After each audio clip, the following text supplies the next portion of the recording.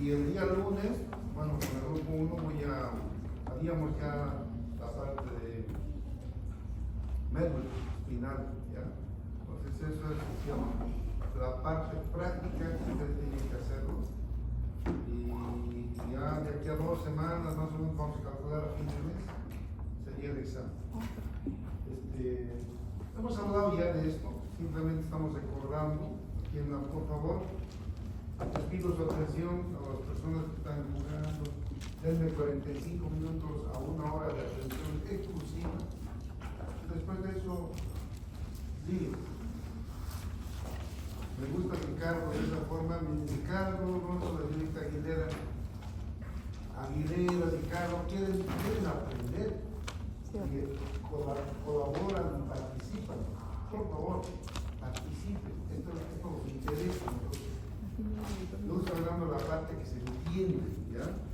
Bien, entonces síganme con el cursor. Yo no puedo con mi celular ir aquí. Pero ayer hemos dicho de que tenemos la corteza prefrontal. La corteza prefrontal es la primera parte del cerebro. Fíjense, tiene contacto con el sistema límbico y controla prácticamente la corteza, supuestamente controla al caballo cochero, que es el sistema límbico. El sistema límbico aquí dice por la tangente, pero la corteza prefrontal la controla. Y eso es relativo, ayer hemos hablado de eso. Y la cosa es que nosotros estamos aprendiendo a controlar y tenemos ahí las funciones, ¿no es cierto? Toma de decisiones, planificación de procesos, control del sistema límbico y reconocimiento de dolor. Cuando se lesiona esta parte, hay pérdida de control de impulsos, una persona hace lo que le dé la gana, no trabaja con responsabilidad, no tiene pensamiento abstracto, pérdida de la planificación y la flexibilidad cognitiva, que ya no puede pensar, no puede ser un científico. Y esto era la prueba palpable que les he mostrado en la historia. Este individuo que tuvo una lesión, le atravesó el barrote, precisamente la corteza prefrontal. Todo el lóbulo frontal lo hizo volar, y este es conocido en la medicina, en la neurología, que cuando les he dicho ayer, antes de su enfermedad, de su accidente, era como Rodrigo, o como Saúl, o algo así, no sé, uno de ellos, pero bien estudioso, bien responsable, bien honesto, trabajador. Y luego del accidente era un deshonesto, malcriado, irresponsable. O sea, y ahí empezó, en realidad, aquí comenzó la historia y la investigación acerca de las funciones de la corteza prefrontal. La corteza, la parte gris del lóbulo frontal, se encarga del área ejecutiva, es la que nos controla al cerebro y a todo el cuerpo, porque el cuerpo depende de nuestras decisiones. Y en eso hemos avanzado. La corteza motora entonces tiene 3 subáreas. Aparte de esta que es importante, la corteza motora no solo la región frontal, también tiene la parte, ¿no es cierto?, parietal, tenemos la temporal. Entonces, fíjense, en la corteza motora tenemos una parte que se llama la corteza motora primaria, que es esta, ¿no es cierto? La corteza motora primaria. Y por delante de la corteza motora primaria tenemos el área suplementaria y el área premotora. Entonces, aquí, aunque está un poco mal dibujado, esto parecería que está yéndose al lóbulo parietal, es parte del frontal. Hasta aquí es parte del frontal. La corteza motora primaria es parte del frontal. Aquí es la sensitiva, por detrás de la corteza motora primaria. O sea, aquí está la corteza motora primaria, y por delante de ellas, en ambos hemisferios, tenemos el área suplementaria, y a un ladito la corteza premotora. Entonces, estos vamos a investigar cómo trabaja. Fíjense, la corteza motora primaria, esto es sumamente intrincado su funcionamiento.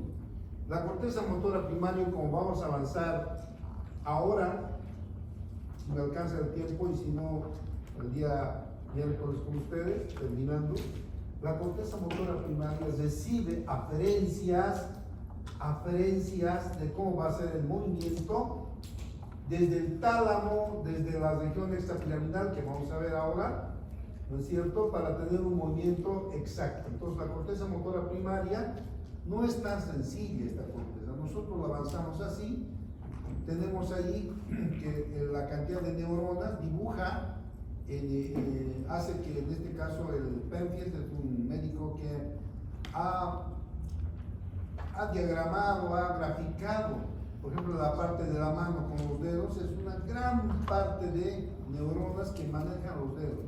Por eso con nosotros tenemos los dedos, está bien inervado y podemos hacer movimientos, pero increíbles. Los movimientos que hacemos increíbles hacen que nosotros podamos ser artistas, ¿no es cierto? Guitarra, todo tiene que ver con los dedos.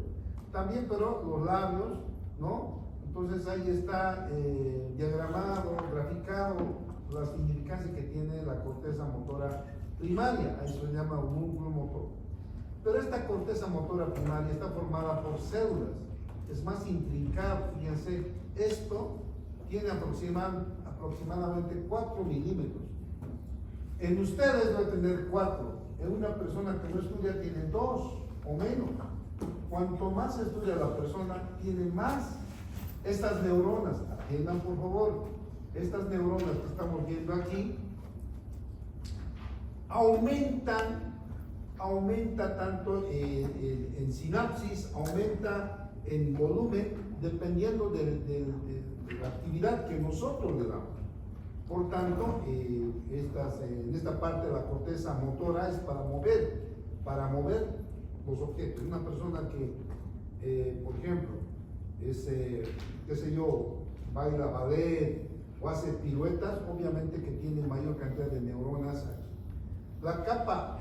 La corteza motora primaria tiene una capa superficial o molecular que prácticamente tiene solamente interneuronas, o sea que recibe aferencias, hemos visto en la parte sensitiva, y fíjense lo que tiene que pasar, diferentes partes hasta llegar al área 5, que son las células que mandan el movimiento. El área 5 son las células gigantes de Betz. Esto es la corteza motora, ¿no? Agrandado. El área 5 son 5 láminas, 5 capas. 1, 2, 3, 4, 5 capas. El área 5, en la capa quinta, están las células gigantes de Betz. Pero para que estas células gigantes de Betz efectúen el movimiento, el de la zona sensitiva llega a la capa 1, son interneuronas. Luego tenemos la capa 2, que son células piramidales pequeñitas, GABAérgicas, o sea, todo lo que viene aquí, primero es valorado por la capa 1, las GABAérgicas van a inhibir los movimientos anormales, y luego la capa 3 tiene excitatorio, y empieza a excitar ¿a qué? Para que la capa quinta empiece a activarse, ¿no es cierto? Tenemos la capa 3 que se excita con ácido aspartico y glutamato, ácido glutámico, y la capa 4 recibe estimulantes sensoriales, o sea, aquí llega después de ser valorado por la capa 1, 2, el estímulo sensorial para hacer un movimiento más exacto de la capa piramidal de las células gigantes de Betz. Las células gigantes de Betz, si ustedes se dan cuenta, miren sus axones, ¿no es cierto? Cómo están totalmente recibiendo, en sus dendritas están recibiendo diferentes conexiones de la capa 1, 2, 3, 4, y recién sale sus fibras, que van a ir, estas fibras que están aquí, van a ir ¿a dónde? Hasta la médula espinal.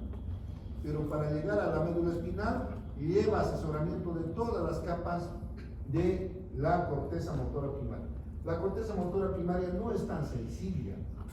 Aquí simplemente respetando una figurita de cómo someramente funcionan las capas. La capa 1, les repito, es una capa más que recibe información de la sensitiva y es interneurona, solamente conecta. La 2 y empieza a inhibir. La 3 excita. La 4 recibe sensorial para tener un movimiento exacto. Entonces, toda esa información recibe por las dendritas la capa piramidal quinta, que es aquí, la capa quinta, que tiene las células gigantes de Betz, y entonces con todo ese asesoramiento emite potencial de elección a la al músculo correspondiente. Entonces, de esta forma el movimiento muscular es más preciso, los músculos que tienen que excitarse se excitan, no cualquier cosa. En realidad, en la medicina neurológica, todo es ciencia exacta. Nada es porque aparentemente uno practica, pero esa práctica tiene un componente estructural, tiene una neurona que está estimulando esa exactitud. No es uno, digamos, yo soy buen jugador por decir, este individuo que nos ha metido 6 goles, bueno, no 6, nos ha metido 2, el Messi, he visto, ese es un monstruo. Realmente lo que hace apunta y hace, aquella esquina ahí apunta y no tiene que pensarlo, ahí llega la pelota. Entonces, tiene neuronas, es un monstruo, no decían este es marciano, porque no cualquiera hace eso, pues, ni siquiera practicando. Entonces, no en la fisiología, el movimiento, el resultado de los movimientos que hacemos, en este caso en neurología, no es al azar, tiene un componente estructural, una neurona que hace lo que tiene que hacer. Y la capa, en este caso, la corteza motora primaria, tiene esas capas para que haga, en este caso no va a haber el equilibrio, postura, nada todavía, simplemente va a apuntar a los músculos exactos para realizar el movimiento que debe hacerse, ¿ya? Ahorita vamos a ver cómo se calcula la postura, que ayer también nos hablaba un poquito, ¿ya? Doctor, Sí, dime. en la capa 2 dijo que inhibe los movimientos anormales. Sí, la capa 2 es más que todo, tiene neuronas GABAérgicas, que entonces, junto con las neuronas sensitivas, dan la respuesta y podrían estimularse otros músculos. Entonces, la capa 2 inhibe la estimulación de músculos que solo van a perjudicar. Una palabra dice, estos solamente van a moverse. Y para eso utiliza el GABA. Vamos adelante. Entonces, fíjense, tenemos las áreas. Estas áreas, entonces, después de haber afinado el movimiento en la corteza motora primaria, el área premotora, fíjense, crea la imagen motora. Esto que están viendo, que uno tiene que colocar al cesto, simplemente imagina y lo coloca, ¿no? Y ese es el área premotora. El área motora suplementaria es el que se encarga de recibir la información acerca del movimiento postural de la cabeza, el equilibrio, el cuerpo y todo. Es el área suplementaria. Entonces, el área premotora imagina, el área suplementaria hace el cálculo del movimiento que se va a hacer y el área de las células piramidales emiten el movimiento. Pero esto se relaciona a la cantidad de músculos que van a mover para hacer una práctica muscular normal. Ahorita vamos a ver con ustedes, vamos a ver cómo realmente se produce el cálculo de los movimientos. No sé si hay alguna pregunta hasta aquí. ¿Alguna pregunta hasta aquí? Cualquier pregunta, levanta la mano. La neurología, o sea, no la neurología, sino la fisiología neurológica es sumamente compleja. Estoy tratando de hacer lo más sencillo posible. Peor, esta mañana he estado leyendo todo lo que es la formación reticular, porque la formación reticular explica prácticamente los movimientos de todo el cuerpo. Y tratando de hacerlo para ustedes algo concreto y que ustedes aprendan. Ya lo he hecho el año pasado, pero estoy volviendo a leer porque cada año investigan nuevas cosas. Entonces, la formación reticular, si avanzamos algo hoy, no creo que lo termino, entonces pienso que vamos a terminar una lección más de aquí, pero lo que quiero es que entiendan. No me interesa la memoria tanto el neuro, ¿ya? Bueno, pasemos. Las áreas especializadas, fíjense, tenemos la corteza motora. Aquí ahí está un poco mal dibujado, ¿no? Parecería ya la parte sensitiva. Esta es la corteza motora todavía, ¿no? Estas son las áreas suplementarias y premotoras. Pero fíjense, aquí tenemos un grupo neuronal que se dedica a la destreza manual. Otro grupo neuronal a la rotación de la cabeza. Otro grupo neuronal, si fíjense aquí en la corteza motora primaria, ahí está la especialidad a la que se dedican las diferentes neuronas, ¿no? los movimientos de cada músculo está aquí. Por eso es que si nosotros, atiendan por favor, y esto quiero que relacionen, si nosotros tenemos un accidente vascular cerebral, una embolia, un sangrado, supongamos que este sangrado abarca aquí, ¿no? Fíjense, toda esta área abarca el sangrado. Entonces, ¿qué va a alterar? La persona no va a poder rotar la cabeza, una cosa, va a tener problemas, ¿no es cierto?, en la destreza manual, no va a poder manejar bien el dedo, porque está afectando la lesión celular, es de estas neuronas que manejan la destreza manual, por ejemplo, puede ser de un dedo. Les he contado de mi amigo que era peluquero, peluqueaba bien y luego ya no podía porque había dos dedos que no podía manejar después de su accidente cerebral. Entonces, pero después de un tiempo pudo manejar, les he contado en neuroplasticidad. ¿Por qué pudo manejar después de un año de practicar? ¿Qué ha pasado? ¿Qué ha pasado? Nadie. Levante la mano. A ver, la mujer primero, después vos, Garoto, porque nosotros somos sufridos. Dime, estimada, ¿por qué aprendió en un año si no tenía las neuronas, se han muerto ahí? ¿Qué ha pasado? No, porque, o sea, usted mismo explicó que los axones, las dendritas, no es que se vuelvan a regenerar, pero sino que vuelven a conocer el camino. Sí, las conexiones. Quiero que entiendan una cosa.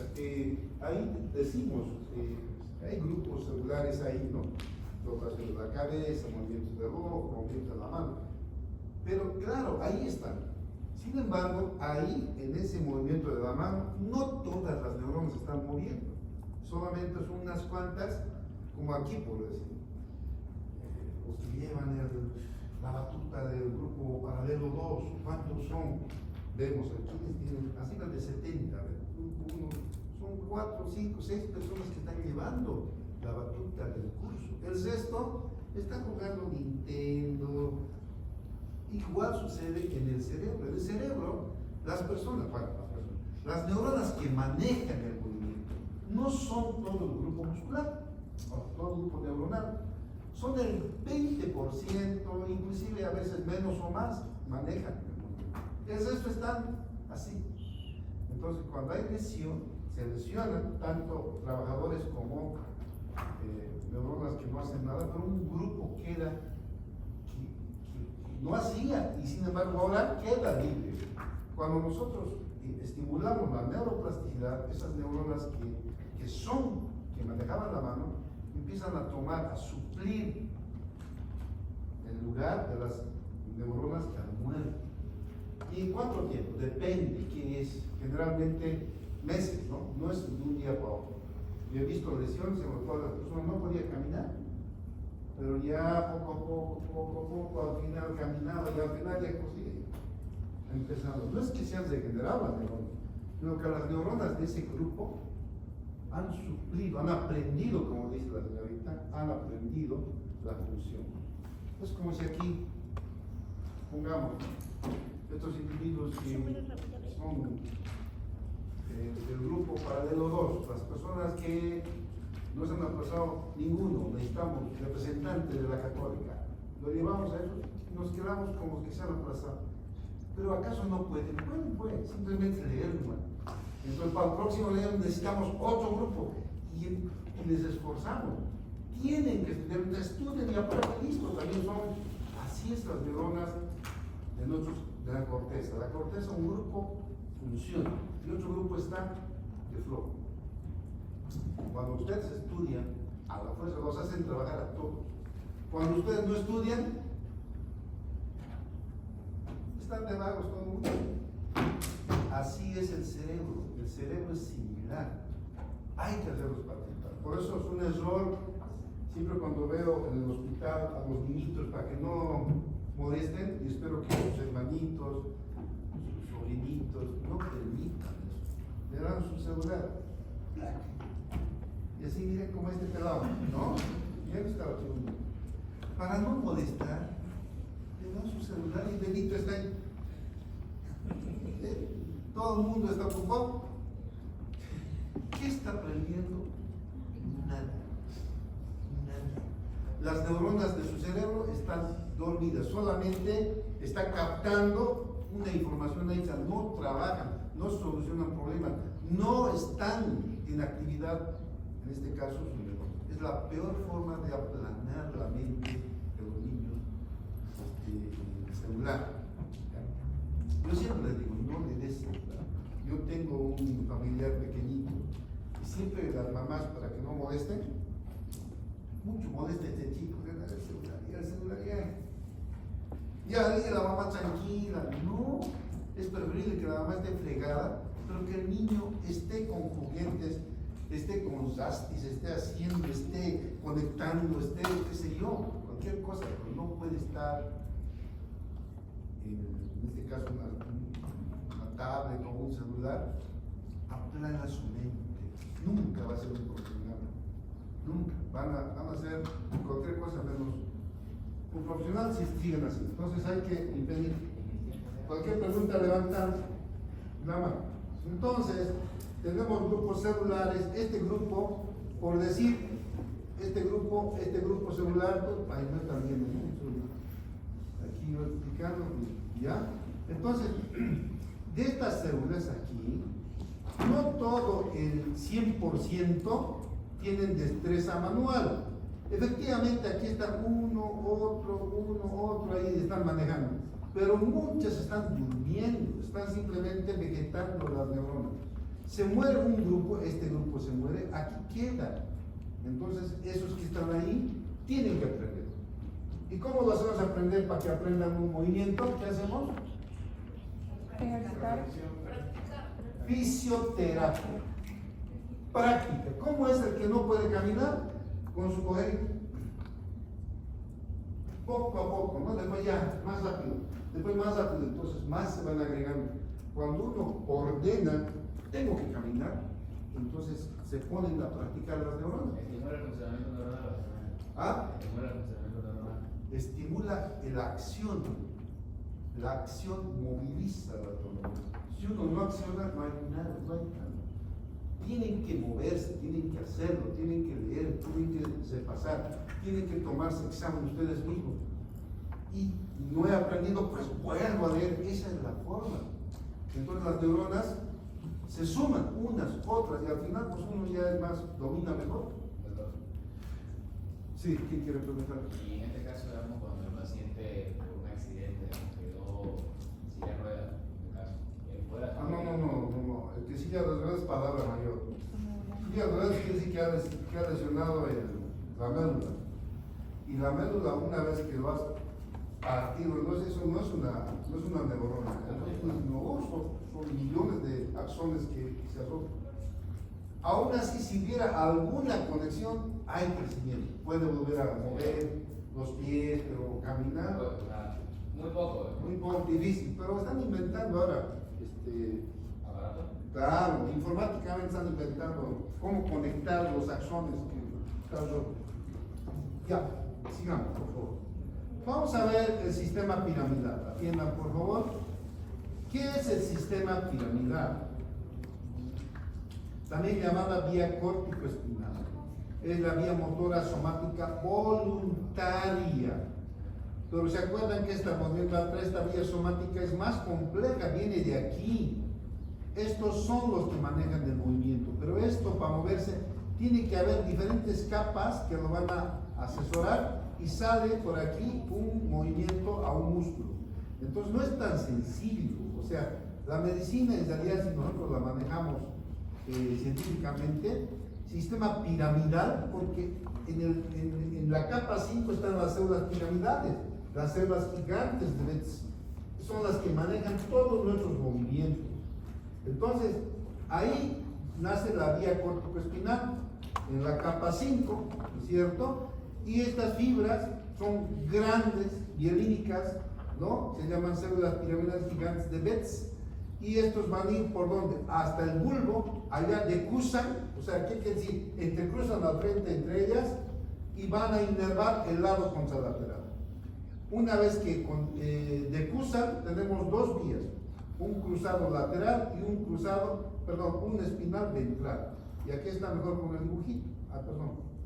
Aquí, fíjense, aquí están naciendo, ¿no? A partir de las neuronas, nacen estas fibras, fíjense, bajan los axones por el cerebro. Aquí está el bulbo, esta parte del bulbo. Entonces bajan hasta el bulbo, ¿y qué va a pasar? Decusa al frente. Y el otro también decusa al frente. Por eso esta área va a dominar a esta área. Y esta corteza va a dominar al otro lado. Pero hay una partecita que cruza directamente, no decusa. El 80% decusa al frente, fíjense, es 85%, 80%, decusa al frente, ¿no? Y eso es el fascículo cruzado, ¿no? Fascículo córtico espinal lateral o cruzado, este. Y hay un fascículo córtico espinal ventral, este fascículo que no decusa directamente, viene al mismo lado, baja hasta la médula espinal. Y esto me hacía confundir a mí. Bueno, entonces, si el cerebro controla el movimiento de aquí y este cerebro el movimiento, ¿qué pasa con estas vías que no decrusan, sino que siguen por el mismo lado? Lo que pasa es que, eso no está aquí, no lo he incluido, cuando la mayor parte pasa aquí el 85% para mover, el 85% para todo. Para un porcentajito que pasa directo, ese directo, ahí en el bulbo, no decusa. Pero bajando por el cuello, la región cervical, ¿cómo se va al otro lado? Igual no. O sea que, aunque no decusa en el bulbo, en la médula igual se pasa al lado contralateral. O sea que, al final, igualito el lado, digamos, la corteza derecha controla el lado izquierdo. Igual, aunque el 85% se decuse al otro, al final igual se va al otro lado. De una u otra forma se termina. Igual, los dos, ¿ya? Pero eso sucede en el bulbo. Eso está ahí en el bulbo. Ya sigamos.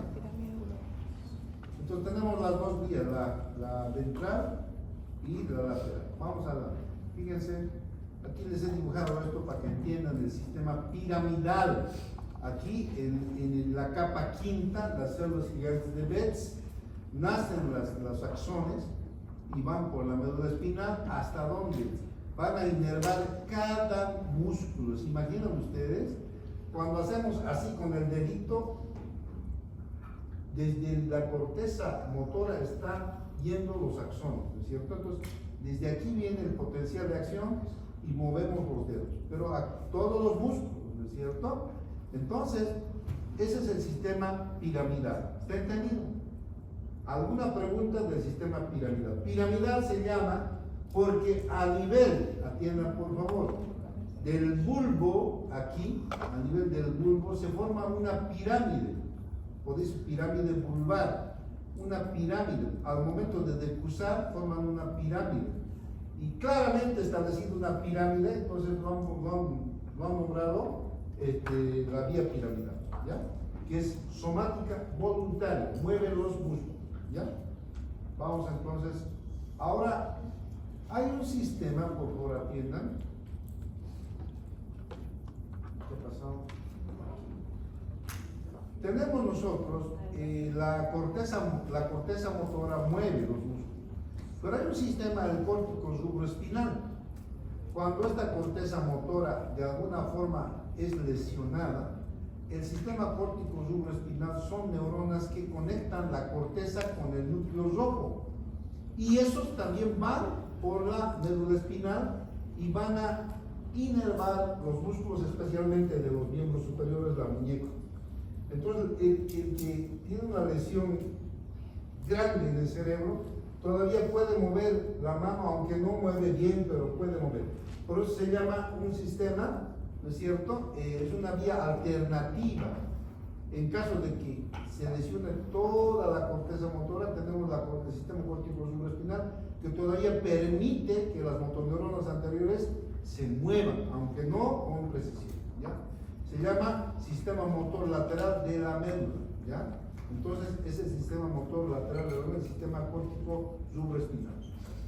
Cualquier pregunta, levanta la mano, por favor, atiende.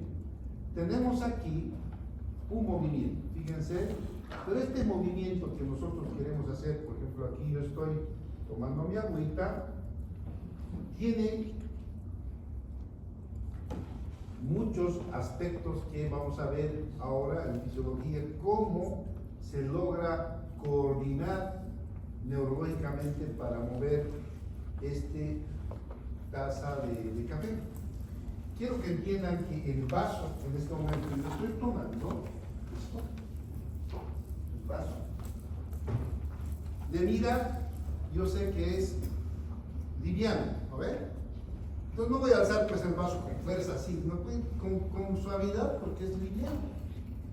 Pero si yo tengo un vaso grande, lleno así como de esos grandes, con algo, agarro más fuerza, ¿no? Porque si no se me cae, entonces más fuerza y elevo con más fuerza. ¿No es cierto? Ahora, yo quiero tomar el agua, ¿y dónde voy? Apunto mi boca, ¿no? ¿Dónde la toco? Exacto. Pero no es así, les he dicho, detrás de todo movimiento neuronal hay una estructura, no es al azar. He estado leyendo, es increíble, cada vez que leo, alabo a Dios cada día, porque es increíble lo que nosotros vivimos en vida.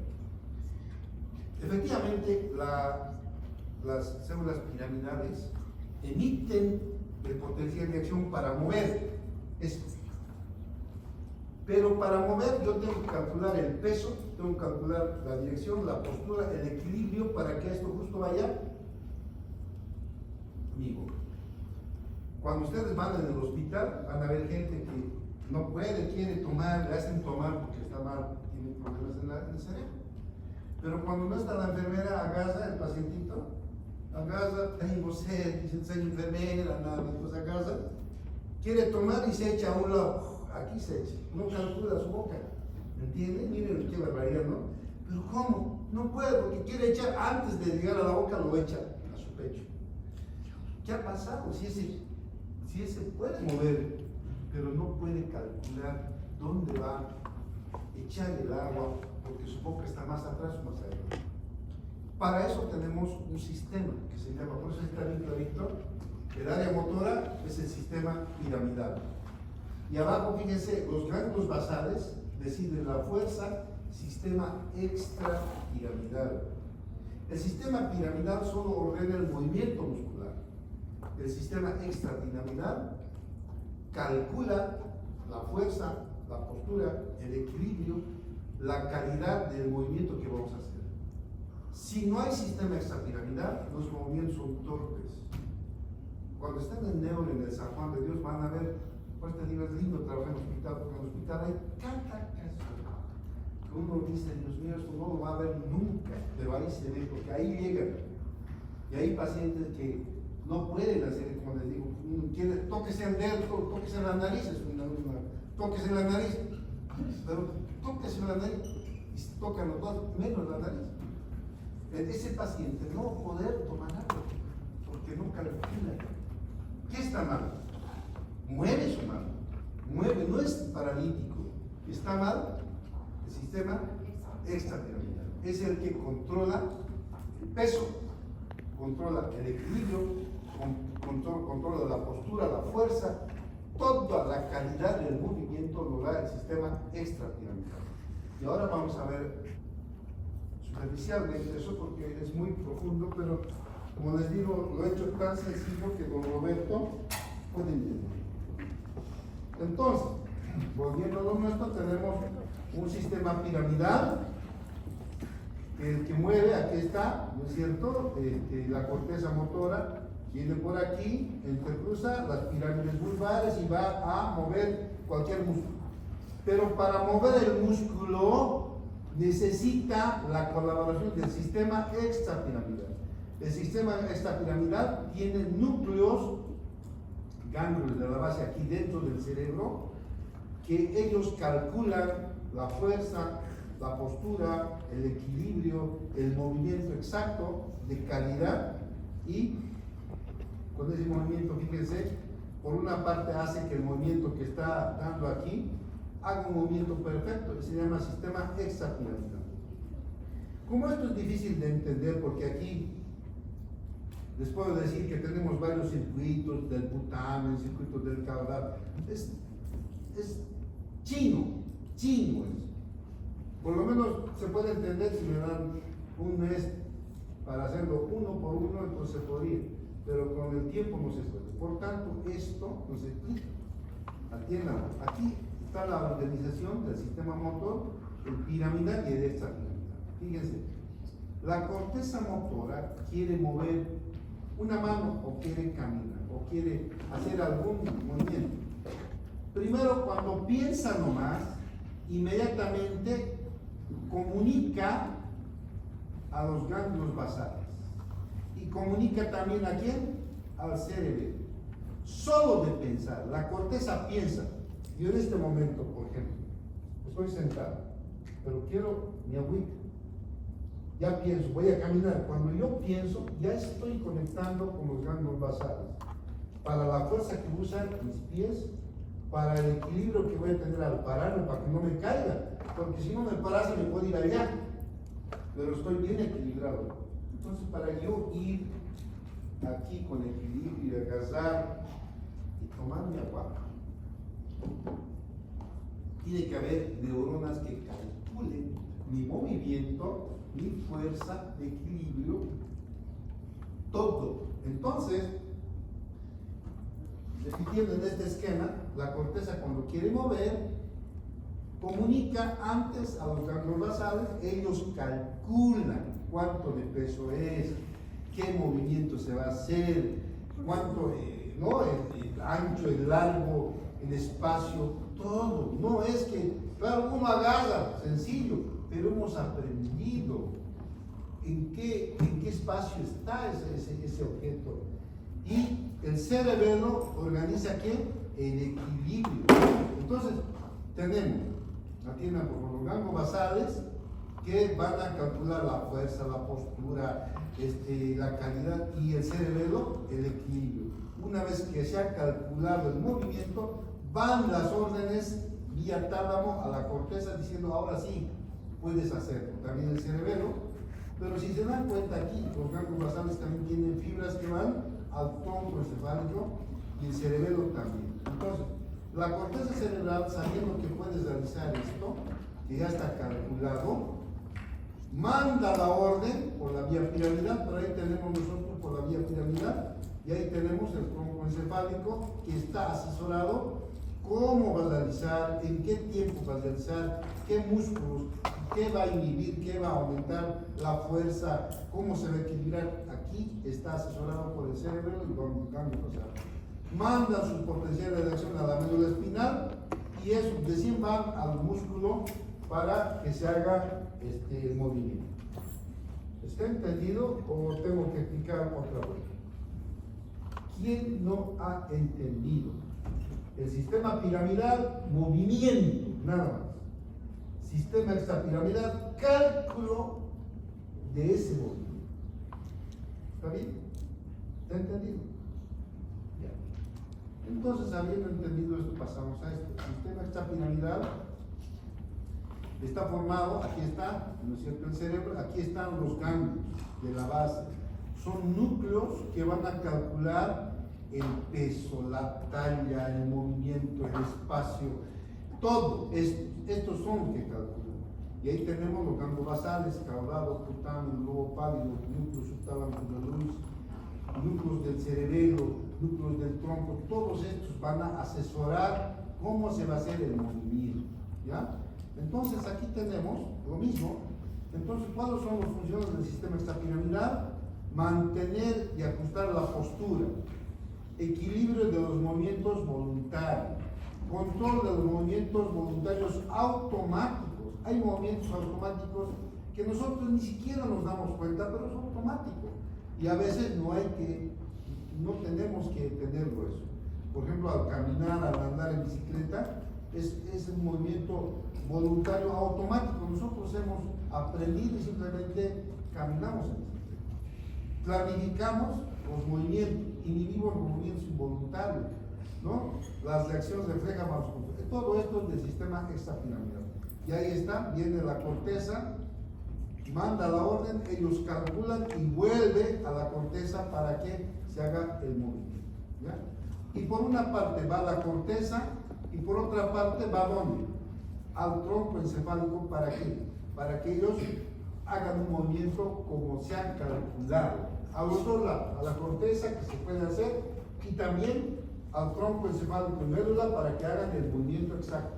Entonces tenemos estos 4 vías principales de los ganglios basales que nos van a indicar cómo se va a hacer el movimiento. El tracto cerviculoespinal, que va a controlar la fuerza, el tono, los reflejos. El tracto vestíbulo-espinal, la postura, el equilibrio. El tracto rubroespinal, el tono muscular de los músculos. El tracto tectoespinal, los estímulos visuales y auditivos. Toditos estos se unen para hacer un movimiento exacto. No es que yo por azar me tomo el agua, no, está todo bien recontra calculado, realmente está hecho perfecto, es una reacción, qué cosa más grande que sea. Entonces aquí están calculando, viene de la corteza, calcula y luego de calcular mandan también al tronco encefálico y fíjense, va hasta aquí. Aquí tenemos esto, ¿no? Aquí están las vías. ¿Cómo va una vez que el cerebro se entera? Bajan las vías por el tronco encefálico y ahí están los tractos, ¿no? Retículo espinal, vestíbulo subespinal, vestíbulo espinal, retículo espinal, todos están aquí. ¿Cómo van bajando? ¿Para qué? Para que vaya a la vía motora final, ¿ya?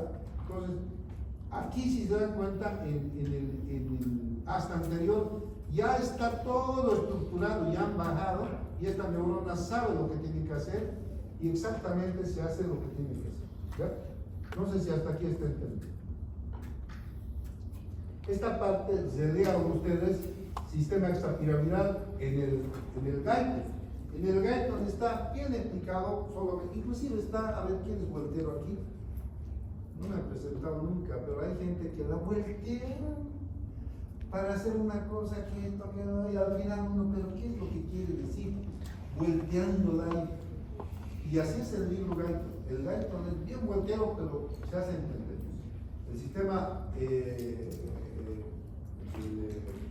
extrapiramidal está ahí. Estito más vamos a ver y se van a ir un segundito. Fíjense esto lo que nos pasa aplicado ya en el sistema extrapiramidal. Este es el sistema extrapiramidal. Aquí en el sistema extrapiramidal se manejan miles de millones de neuronas. Los neurotransmisores son dopamina, serotonina, acetilcolina y GABA. Y con eso las neuronas calculan, las neuronas dan realmente un asesoramiento exacto del movimiento. Si es que el sistema extrapiramidal está bien, el niño quiere hacer piruetas, hace danza, hace gimnasia. ¿Por qué? Porque esto está funcionando y fíjense, están dando salen los neurotransmisores, en este caso la dopamina, serotonina, pasan a las neuronas y va el potencial de acción porque está funcionando su sistema extrapiramidal. Pero, de entre nuestros neurotransmisores, la dopamina es el más importante, es el que está en todos los movimientos como receptor. Entonces, son los receptores D2 de la dopamina en el sistema extrapiramidal, aquí. Entonces, hay una enfermedad que se llama psicosis y se trata con haloperidol. El haloperidol es un medicamento que sirve para los chiflados, los que están deprimidos, ¿no? Pero eso, ¿saben qué ha pasado en el hospital? Como dice haloperidol, y hay un medicamento que se llama, eso viene como Aldol, pero en pediatría hay otro jarabito que tiene similar nombre, y a veces, como escriben mal los médicos, y ojalá que aquí no haya esa fea costumbre de escribir, le dieron el haloperidol, le dieron al paciente y le dieron al niño eso, y el niño vino así. ¿Y qué pasó? Que en este caso se bloquearon los receptores D2 de dopamina, ¿cierto? Entonces, los receptores, no se entiendan por favor, estos receptores, aquí tenemos los receptores D2, entonces viene aquí la dopamina y se produce un perfecto movimiento. Pero ¿qué pasa con, en este caso, el haloperidol que viene aquí y lo bloquea? Entonces, aunque viene el movimiento el extrapiramidal quiere hacer su trabajo, entonces va, pero no puede producir el potencial de acción ¿de qué? De la postura, del equilibrio, de quitar movimientos automáticos. Esto que están haciendo con calidad ya no pueden, y estos chicos, ¿qué pasa? Se empiezan a retorcer, quieren moverse y empiezan a hacer cosas, no tienen control, ¿entienden? No tienen control. El niño, por decir, quiere tomar el refresco, agarra, quiere tomar, pero al agarrar y se hace así, es porque no hay el control extrapiramidal, y eso se llama síndrome extrapiramidal, y eso simplemente parece convulsión, porque el paciente, la madre viene, mi hijo está, y el niño está, así está ahí. Nunca. A ver, y hay que pensar cuando el chico tiene movimientos medio raros, ¿no? Entonces hay que pensar en esta intoxicación que increíblemente es frecuente, ¿ya?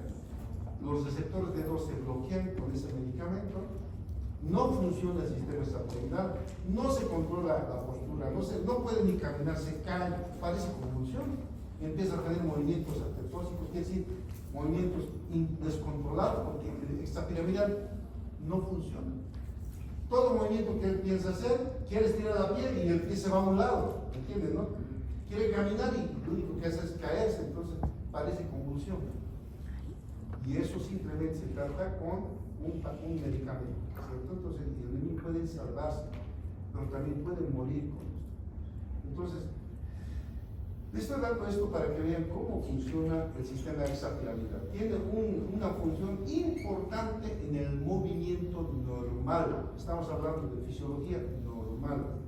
Les he traído esto de la intoxicación con allopurinol para que vean cómo un medicamento bloqueando, aunque la persona quiera hacer, lo único que va a tener movimientos totalmente anormales que simulan una función. ¿Hasta aquí han entendido? Bien, aquí vamos a quedar. El día de mañana nos vemos a las 3, ¿no? A las 3 nos vemos.